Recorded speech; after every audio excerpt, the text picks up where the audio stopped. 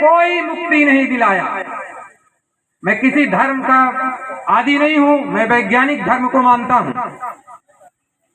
लेकिन ये सत्य है कि अपने बाबा से पूछिए, अपनी दादी से पूछिए कि वो कितने तक पढ़ी है, तो दूध का दूध, पानी का पानी पता चल जाएगा। लेकिन कुछ चंद बेईमानों के चक्कर में हम सबका विकास रुका हुआ है, भारत अधूरा है, बाबा साहब का सपना अधूरा है, गौतम बुद्ध का सपना अधूरा है, सावित्रीबाई फूले का सपना अधूरा है। अभी जब माननीय वकील साहब मेरे विद्यालय पधारे तो उन्होंने एक बात कही, उसको मैं लिख लिया माइंड में, पेन तो नहीं लिया था सर।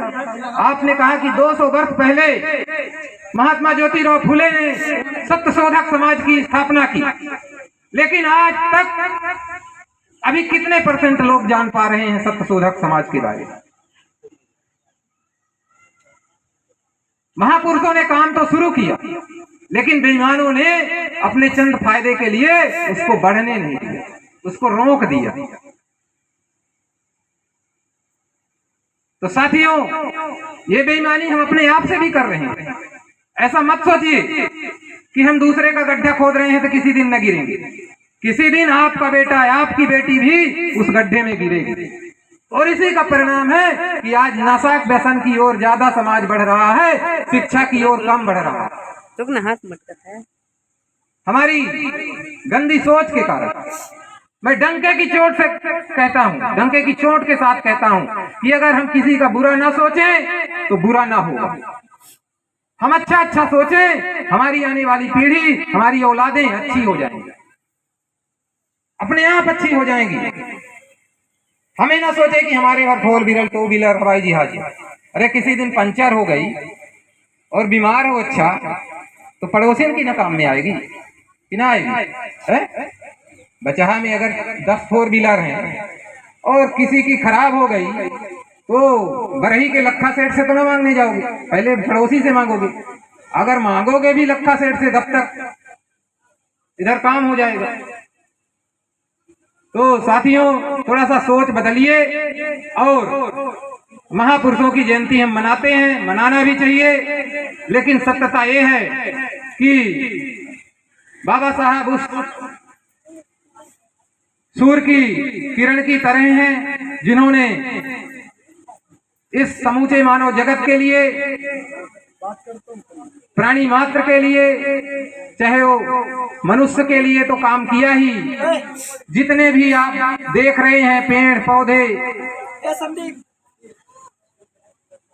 बेजुबान पशु पक्षी, उनके लिए भी बाबा साहब भीमराव अंबेडकर कानून बना के गए हैं, उनके लिए भी उपकार करके गए हैं। अगर आप पेड़ काटते हो तो दफा लगती है, जुर्म, जेल होता है ना। इसके पहले तो ऐसा नहीं था। अगर आप पशु पक्षी मारते हो उसमें दफा लगती है। ये बाबा साहब ने संविधान में लिखा, और इसी के कारण आज हम सब लोग जी पा रहे हैं, संविधान के कारण। कुछ लोग बाबा साहब को अलग अलग दृष्टियों से देखते हैं। बाबा साहब के कारण ही छोटे इस देश की महिलाएं बराबरी का हक पा रही हैं, चाहे वो संसद का गलियारा हो, चाहे वो राष्ट्रपति भवन हो। बहन द्रौपदी महामहिम राष्ट्रपति हैं तो भारतीय संविधान के कारण है। इस क्षेत्र की विधायक माननीय मीना सिंह जी हैं तो भारतीय संविधान के कारण। तो साथियों, बाबा साहब संपूर्ण समाज के लिए, प्राणी मात्र के लिए अपना जो एक एक पल दिया, आज उसी के कारण हम सांस ले पा रहे हैं, जी पा रहे हैं। ऐसे महापुरुष को मैं सत सत नमन करता हूं, और आप लोगों से आग्रह करता हूं कि आप लोग भी उनके बताए दिशा निर्देश को माने। और एक बात और कहूंगा लास्ट में कि अक्सर भारत की परंपरा है, जब किसी महापुरुष के पद चिन्हों पर चला नहीं होता तो पाखंड शुरू हो जाता है। पाखंड समझते हो ना? पाखंड का मतलब माला चढ़ा दो, टीका लगा दो, खूब पूजा कर दो, बाबा साहब और तथागत गौतम बुद्ध ऐसा कहीं नहीं लिखे, नहीं कहीं नहीं कहे कि हमारी खूब पूजा करना। बाबा साहब की बनाई किताबों को पढ़ो, भारतीय संविधान को पढ़ो, संविधान की पूजा करो, संविधान को समझो। ये बाबा साहब ने कहा। तो मेरा आज इस मौके पर यही संदेश है, जितने भी युवा साथी बैठे हैं इस कार्यक्रम